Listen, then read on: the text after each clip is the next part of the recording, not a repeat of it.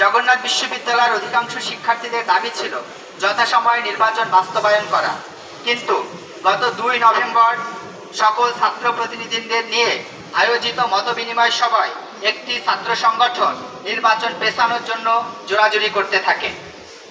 পরবর্তীতে আজ 5 নভেম্বর 2025 তারিখে নির্বাচন কমিশন জগন্নাথ বিশ্ববিদ্যালয়ের অধিকাংশ শিক্ষার্থীদের দাবিকে উপেক্ষা করে কেবলমাত্র একটি ছাত্র সংগঠনকে খুশি করার জন্য নির্বাচন 26 দিন পিছিয়ে 22 ডিসেম্বর তারিখ ঘোষণা করেছে, যা শিক্ষার্থীদের সাথে প্রতারণা এবং নির্বাচন কমিশনের পক্ষপাতিত্বমূলক আচরণের বহিঃপ্রকাশ।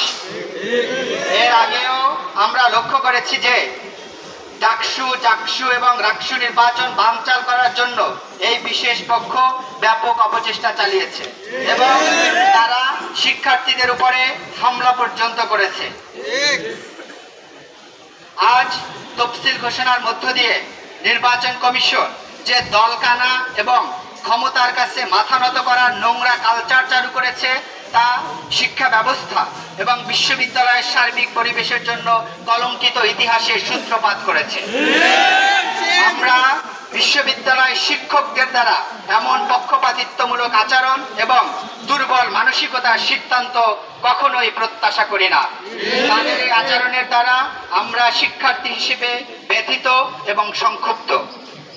কিন্তু জগন্নাথ বিশ্ববিদ্যালয়ের শিক্ষার্থীদের সার্বিক কল্যাণের কথা চিন্তা করে আমরা এই নির্বাচনে অংশগ্রহণ করব বলে সিদ্ধান্ত নিয়েছি এবং আমরা প্রত্যাশা করি যে বিশ্ববিদ্যালয় শিক্ষকগণ তাদের আত্মসম্মানের কথা বিবেচনা করে এমন একপাক্ষিক কাজ থেকে বিরত থাকবেন এবং নির্ধারিত তারিখে সবার জন্য সমান সুযোগ নিশ্চিত করে একটি সুষ্ঠু ও অবাধ নির্বাচন বাস্তবায়ন করবেন ইনশাআল্লাহ।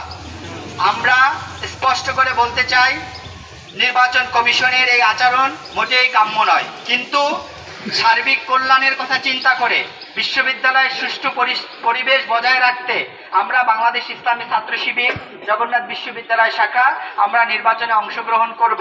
সাথে সাথে আমরা শিক্ষকদের থেকে প্রত্যাশা করি তারা এই ধরনের একপাক্ষিক কার্যক্রম থেকে বিরত থাকবেন এবং নির্বাচনে সকলের জন্য সমান সুযোগ নিশ্চিত করবেন ইনশাআল্লাহ।